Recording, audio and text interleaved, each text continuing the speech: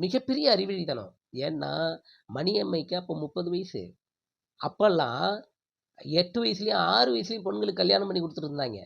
அந்த பொண்ணு 18, 20 வயச தொடுறதுக்குள்ள 4, 5 புள்ள பெத்துரும். ஏன்னா, அந்த 30 வயசுலலாம் அது கிழவி ஆயிடும்.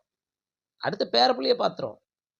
அந்த மாதிரியான காலகட்டத்தில, மணியம்மைய அவங்க வந்து திருமணம் பண்ணியிருக்காங்க. இது அவங்களுடைய இண்டிவிஜுவல்.